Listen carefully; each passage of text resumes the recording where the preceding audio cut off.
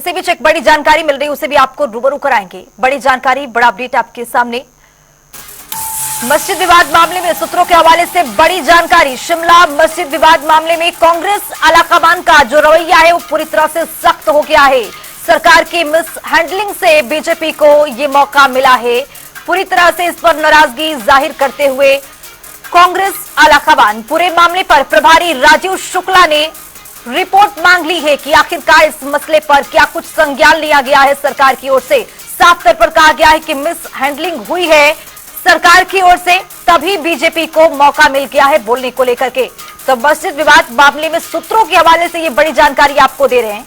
मस्जिद विवाद मामले में कांग्रेस आलाकमान का जो रवैया है वो सख्त हो गया है।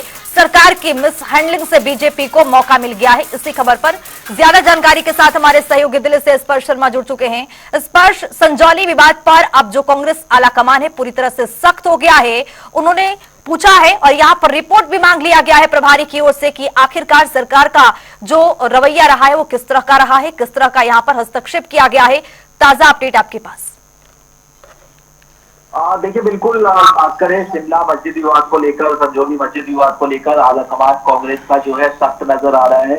इस पूरे विवाद की बात करें तो कांग्रेस सूत्रों का ये कहना है कि सरकार की मिस हैंडलिंग रही है, जिसके कारण भारतीय जनता पार्टी को इतना बड़ा मौका जो है वो कहीं ना कहीं जो है मिल गया है बैठे बैठाए। और इस पूरे मामले पर अब कांग्रेस आलाकमान जो है उसने राजीव शुक्ला जो कि हिमाचल कांग्रेस के प्रभारी है उनसे रिपोर्ट मांगी गई है। इस रिपोर्ट में हिमाचल प्रदेश सरकार की जो अब तक की क्या कार्रवाई रही है इस पूरे मामले को लेकर वो भी मांगा गया है। उसके साथ साथ जिस तरीके से मंत्री जो है हिमाचल प्रदेश के, उनकी बयानबाजी जो है इस पूरे मामले को लेकर सामने देखने को मिलती हुई नजर आई थी, उसको लेकर भी जो है रिपोर्ट मांगी गई है। तो ऐसे में आने वाले समय में जो है अब इस पूरे मामले पर जो प्रभारी है राजीव शुक्ला वो कांग्रेस आलाकमान को जो है एक विस्तृत रिपोर्ट जो है वो देते हुए जो है नजर आएंगे।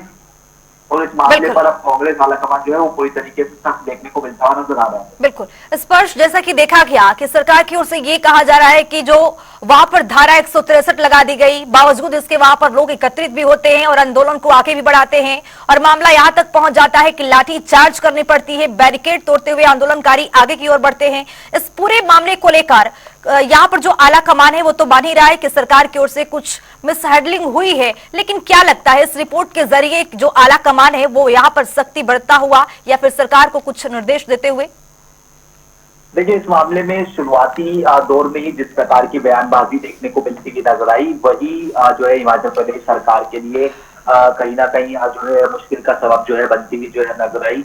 जहां पर हमने देखा कि न केवल जो बीजेपी है उन्होंने जो है कांग्रेस की हिमाचल प्रदेश सरकार को घेरने का काम किया, बल्कि जो असदुद्दीन ओवैसी है उन्होंने भी जो है जो मंत्री थे जिन्होंने बयानबाजी की थी मस्जिद को लेकर उन्होंने उनका बयान जो है शेयर किया। तो ऐसे में लगातार इस मामले को लेकर जो विवाद है वो देखने को मिलता हुआ नजर आ रहा था। कांग्रेस की सरकार है और हिमाचल प्रदेश सरकार इस मामले को ठीक ढंग से हैंडल जो है कर सकती थी। ये कांग्रेस आलाकमान का रिपोर्ट जो है वो प्रभारी राजीव शुक्ला से मांगी गई है। बहुत शुक्रिया स्पर्श तमाम जानकारी साझा करने के लिए। तो इस पूरे मामले पर जो कांग्रेस आलाकमान है पूरी तरह से सख्त हो गया है, सवाल पूछ रहा है सरकार से, वहां पर रिपोर्ट सौंपने की भी बात कही जा रही है। कांग्रेस आलाकमान की ओर से साफ तौर पर कह दिया गया है कि जो सरकार की मिस हैंडलिंग से बीजेपी को मौका मिला है वो पूरी तरह से ये जो रवैया है उस सरकार की ठीक नहीं रही है। अच्छे तरीके से, अच्छे ढंग से इस पूरे मसले को सरकार हैंडल कर सकती थी, लेकिन जो रवैया रहा है वो पूरी तरह से सरकार का ठीक नहीं रहा है।